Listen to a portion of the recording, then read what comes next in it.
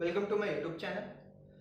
This is the first lecture in our stereochemistry series. Okay, in this series we'll be learning about what is stereochemistry.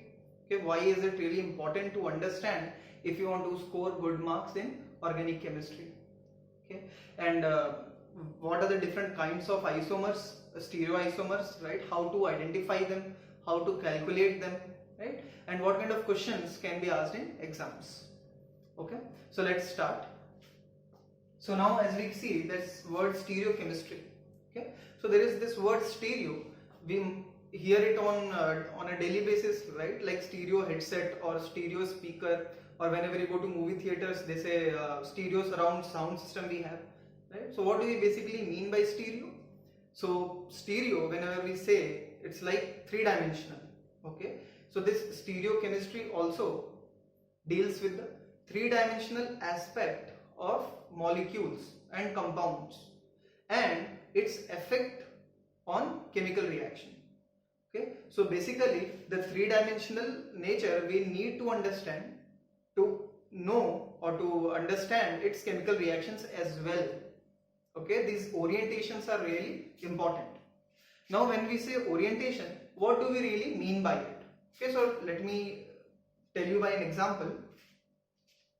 Okay, now suppose this is a three-dimensional carbon, sp3 hybridized carbon. Okay, now I have attached four different groups to it. One is pink, grey, purple and green. Okay, now all four groups are different.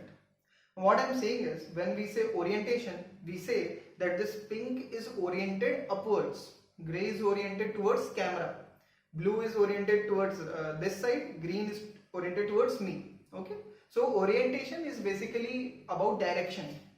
Now if I just take this grey one, okay, and exchange it with pink, and if I ask you, have my compound changed? Now are these two different compounds, the previous one and now? Right now you might say, yes, what has changed? Nothing has changed, same group, same atom, tetrahedral, everything is same. But there is only one difference, and that is the difference of orientation. Earlier pink was upwards, now it is pointing towards the camera. So now if all four groups are different, we are going to learn that the molecule has changed. Now this molecule is different than the previous molecule, and their effect on chemical reactions will also be different. Okay, so this orientation really affects the properties of compound. Okay, let me tell you few examples why these orientations play a major role, and it is really important to understand the stereochemical aspect of compounds we encounter in chemistry. Okay, so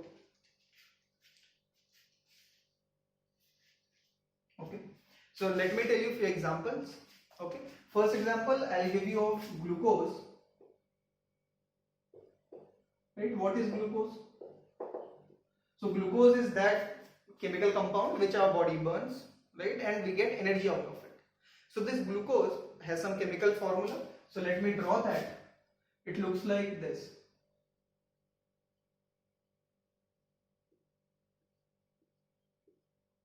Okay, so a hexagonal ring is there, and these groups are joined there. Okay, let me just draw them, and then I'll tell you one very interesting fact. Okay, you know, right, if we just simply eat grass, we cannot digest it. Okay, why is that? But if we take potato or rice, we can digest them. So there is a very minor difference, but you can see that they have their properties totally change. Okay, everything is same. You see, nothing much I am changing.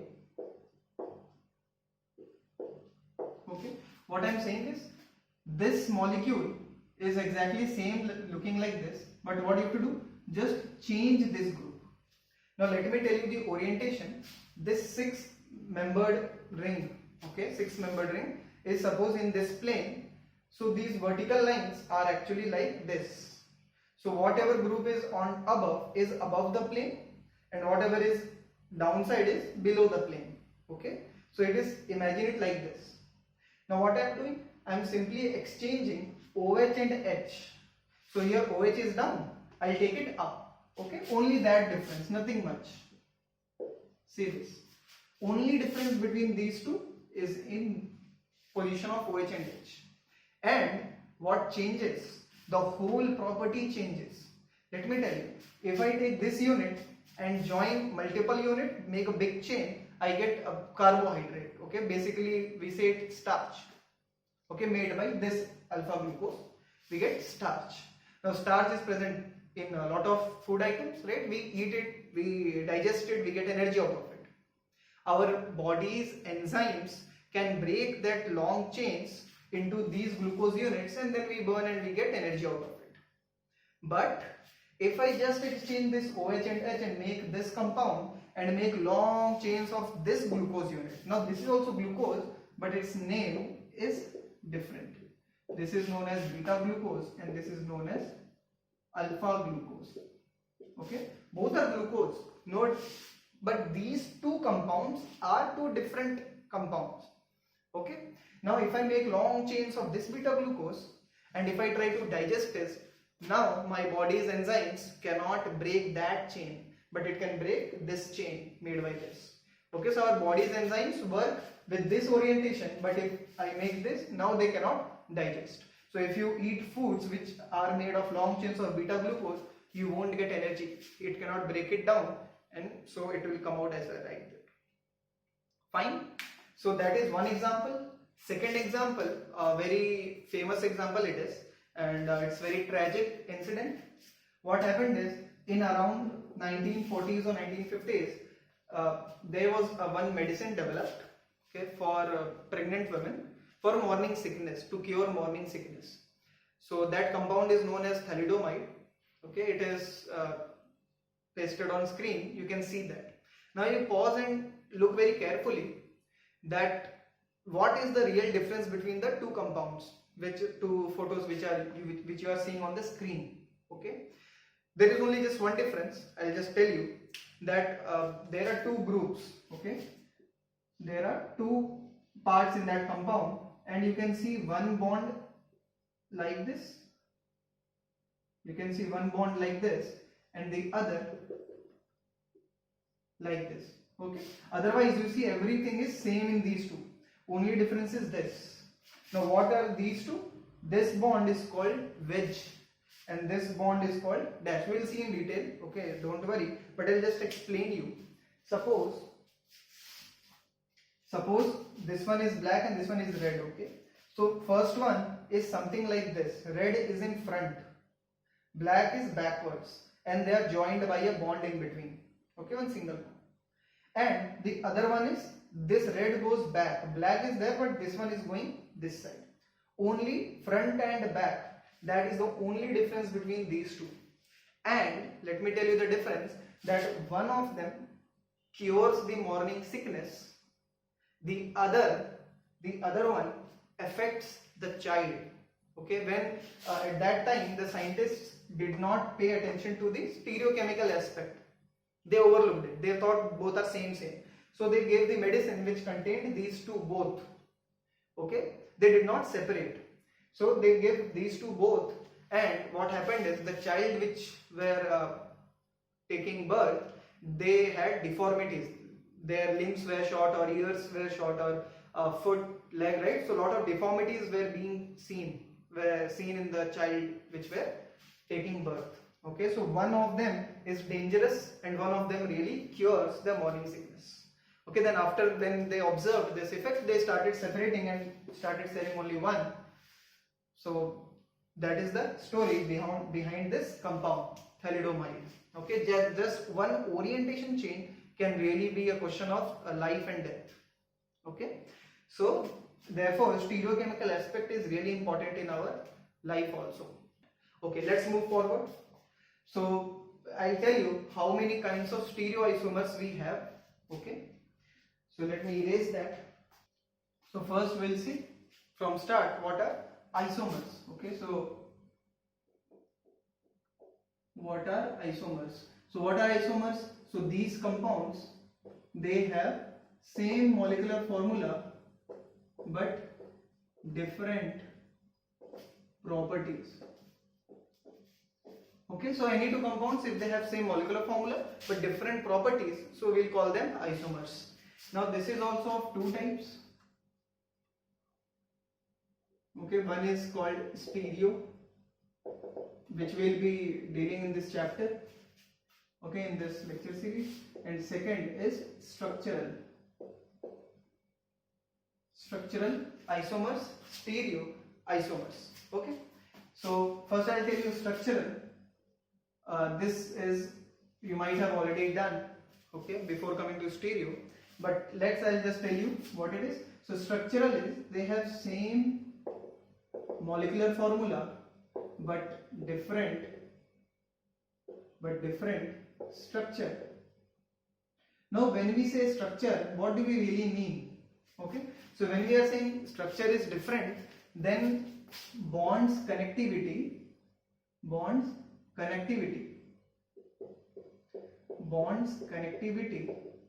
is different. Okay, so that is same molecular formula but different structure. Okay, and we have different types like chain, position, okay, functional structural isomers, right? Then metamer, and then tautomers. Okay, so we'll do this separate in separate videos. Okay, this video is about stereoisomers. Now what are stereoisomers? If I have to write the definition, so what I can write is, they have the same molecular formula, of course, right, because they are isomers.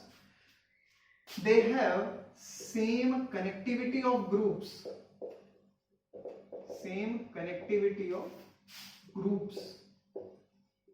okay, so connections also, nothing is going to change, but then what will change? But different orientation in space. Only one thing we will change, and that is the orientation. Okay, now this stereoisomer is also of two types. One is called configurational, and one is called conformational.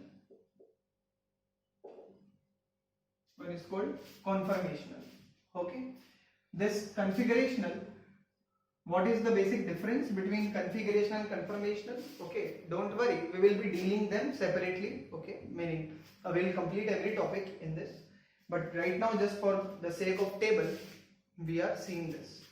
Okay, now configurational is also of two types. One is called enantiomers and diastereomers.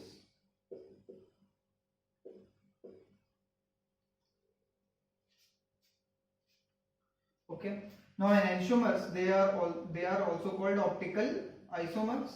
Diastereomers is now again of two types. One is geometrical and one is your optical diastereomers also we can have. Okay, so we'll see all these in detail. Okay, now conformational does not have any type. Okay, so we'll deal with conformational after we have finished this part. Okay, so this is the classification of different types of isomers. Okay, fine. Now we'll see what is, just for the sake of writing, what is the difference between configurational and conformational. Okay, but we won't go in detail. Okay, right now we might not understand this, but first we'll finish this. Okay, one is called, okay, so let's put the heading configurational versus conformational. Okay, so we'll see the basic differences between them, then we'll deal them in detail little later. Okay. So the basic difference between these two, the first difference you write configurational stereoisomers, they are non-inter convertible at room temperature. Meaning, if suppose A and B, they are two configurational stereoisomers, then A and B, they cannot go into each other by their own. Okay, meaning obviously through some reaction we can break and make B, obviously, but if I just take A, automatically it will not go to B. Okay, it won't interconvert. But on the other hand, if I take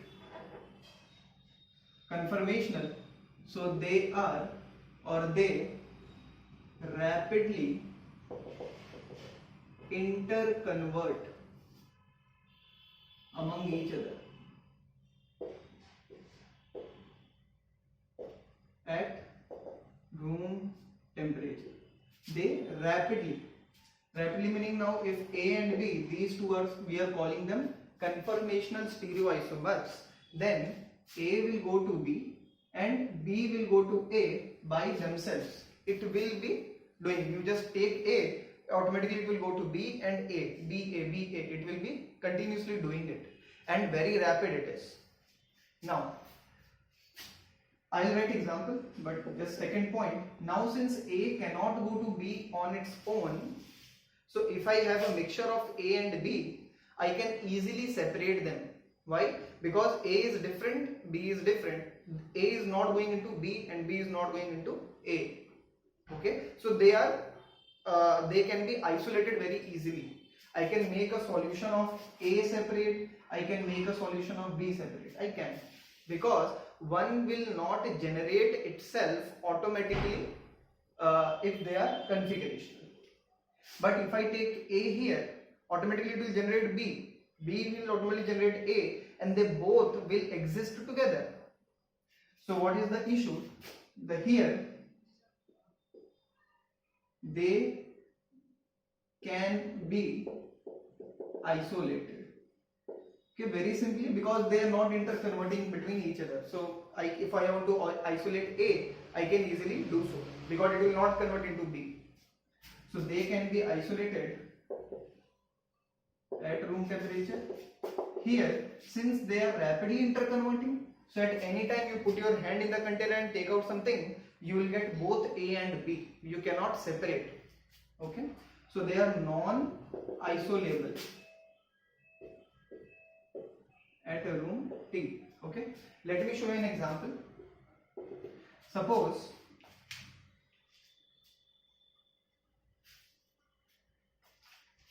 you take this molecule. Okay, so this is, both are sp3 hybridized carbon, these black ones, and these are groups joined. Okay, now what I am saying is, this full chapter is about orientation. Now, how do we get conformational A to B? Now you see here, I can just take this atom and I can rotate. Okay, you see, I can rotate. So suppose it is first at this yellow at top, I can rotate and bring yellow bottom. Okay, now how did I make those two compounds? Simply by rotation. Rotation about single bond. So those compounds where we have single bonds, right, there they rotate. Okay, this can also rotate. Any atom can rotate with respect to each other. So what I am saying, if this is 1, then simply by rotation I can convert it into another compound. Simply by rotation. Now whenever we do this, now you tell me, orientation in both the cases, has it changed or not? Yes, it has changed. Why? Because earlier it was yellow pointing up. Now if I rotate, it will become yellow pointing down. Orientation has changed. Now since orientation has changed and nothing else has changed, they both are stereoisomers. But what kind? Conformational. Why? Because I can interconvert between yellow down and yellow top, or any atom you want to take. Okay, you can interconvert merely by rotation about single bond. Okay, so if I have to write example, this 3D example, how do we write? Okay, so I can write it like this. Okay, just pay attention. Carbon to carbon, this two bonds. Okay, this bond is called as dash, it goes backside, and one bond coming outside. Okay, similarly this bond going backside, this bond coming outside. Suppose here I attach fluorine, chlorine, bromine. Okay, here I can attach H, fluorine and chlorine, like this. Okay, now what I am doing, I am taking this carbon and rotating it. So rotating this carbon, I can get another compound. Now this carbon is fixed. Okay, this one is fixed. Only I am rotating this carbon. So if this is fixed, HFCl, they are not going anywhere. So HFCl. Okay, and the other one I am rotating by 180 degree. So F will come down, as I showed you. Right, F will come down, and what will happen? This Br will go back side, and Cl will come front side. Okay, don't worry, we will go back and front, or I'll just show you, because see, this is completely different topic. We will again come back. My point is little different. Okay, let's see that if this compound is this one, so F is purple. Okay, and this blue is bromine, this deep blue is chlorine. Okay, what I am saying, just take this carbon and rotate.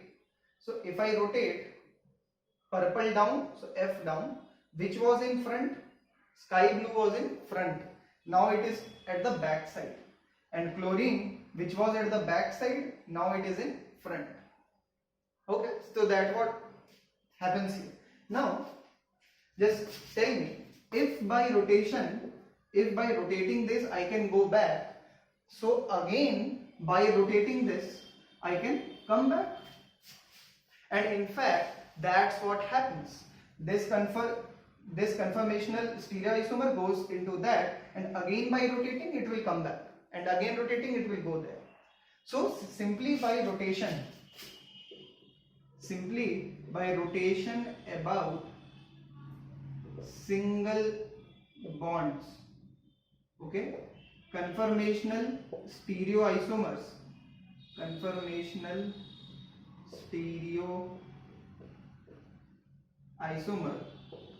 is created. Okay, rotation about single bonds. So if anywhere you have single bond, you can rotate and create your conformational stereoisomer. Okay, that is in just short. Remember, they are going to interconvert. Why? Because they can rotate about single bond. Keep that in mind. Okay, now when we come to configurational, so you see this. Now I am showing you two compounds. See, now this is double bond, okay, pi bond.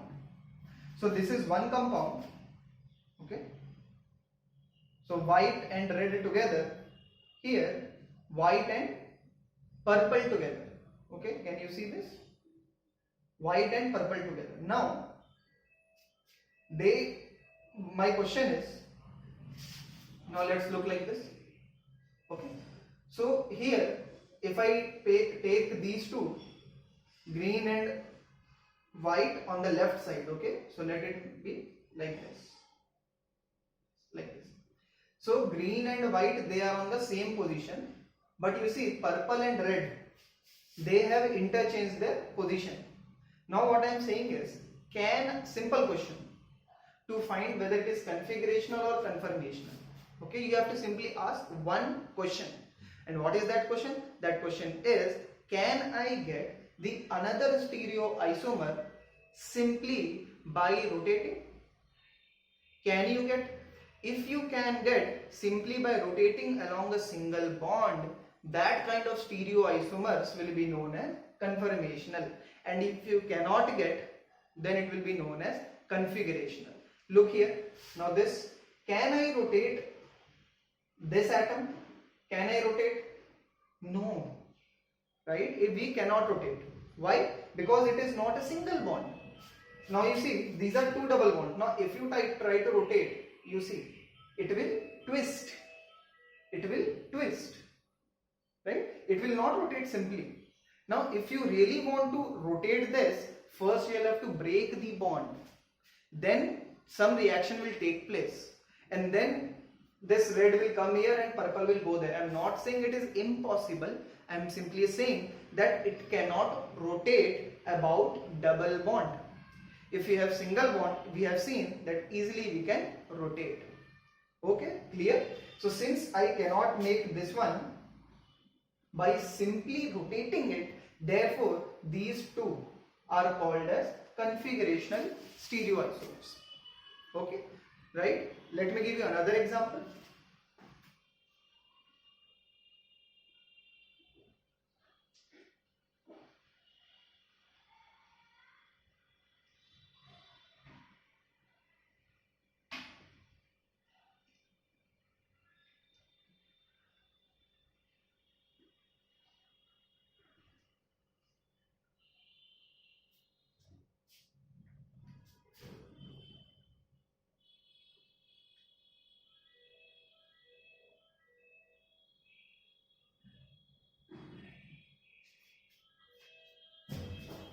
Okay, now you look these two. Okay, how do they look? What do you see? That purple and white are at the same positions, but this green and red, right? Green and red, they have just interchanged their position. Can you see it? Right? You look like this. Okay, this. So now you see, purple and white are at the same position, but this green and red, they have interchanged their position. Now, can you get red to green by rotating any side? Can I? Can I get them by simply rotating by any bond? Right? I can rotate this green because green and black are by single bonds. I can rotate. Fine. But red I can rotate, purple I can rotate. But can I do something rotation and can I get this configuration? Okay.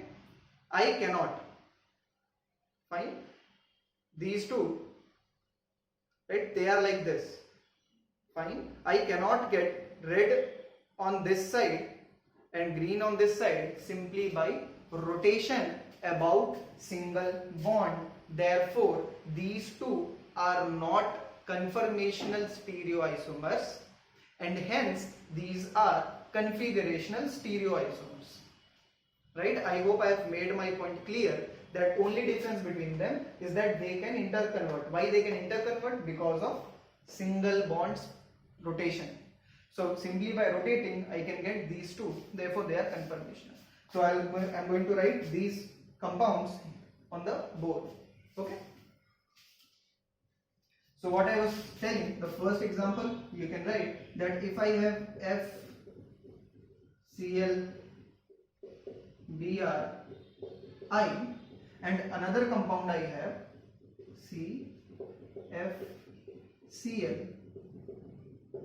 CFClIBr. Okay, simply I have interchanged these two. I cannot get this compound. Okay, I cannot get this compound merely by rotating somehow, right? I cannot get this simply by rotation. Therefore, they are configurational. Okay, I am trying to explain you little simply also. Now you see, suppose these two, right? This is single bond. Okay, so if you have single bond and attach two balls here, right? I can fix one and I can rotate the other one. You see, no issue. But if I have one more bond, then if I fix left hand and try to rotate my right hand, so you see it will twist. You cannot. And that is the difference. And when we cannot rotate freely, then it is known as restricted rotation. and here single bond, this is called as free rotation. Okay, so I can write here free rotation also. Okay, and here I can say that there is restricted rotation. Fine. So another example, this second one is that if I write F H Cl Br, right, and the other compound same, just exchange the two. Okay, so here I can write Br and here I can write Cl. So as I just have shown you, we cannot create this compound simply by rotation, therefore these are also coming under configurational, and where I can convert, they are conformational. Okay, so that's all for this lecture, where we have seen what is stereochemistry, right? Why is it really important to understand, and how many kinds of stereoisomers we have. Okay, now further in the next videos, what are we going to see? We are going to see geometrical isomers, right? How to identify them, how to calculate them. Then we'll go to enantiomers and elements of symmetry, chiral. In the end, we will be seeing conformational isomers in detail as well. Okay, so if you have learned something new, okay, so please like it, and any doubts you have, right, anywhere you did not understand, so let me know in the comments. I'll try to answer them. Okay, thank you.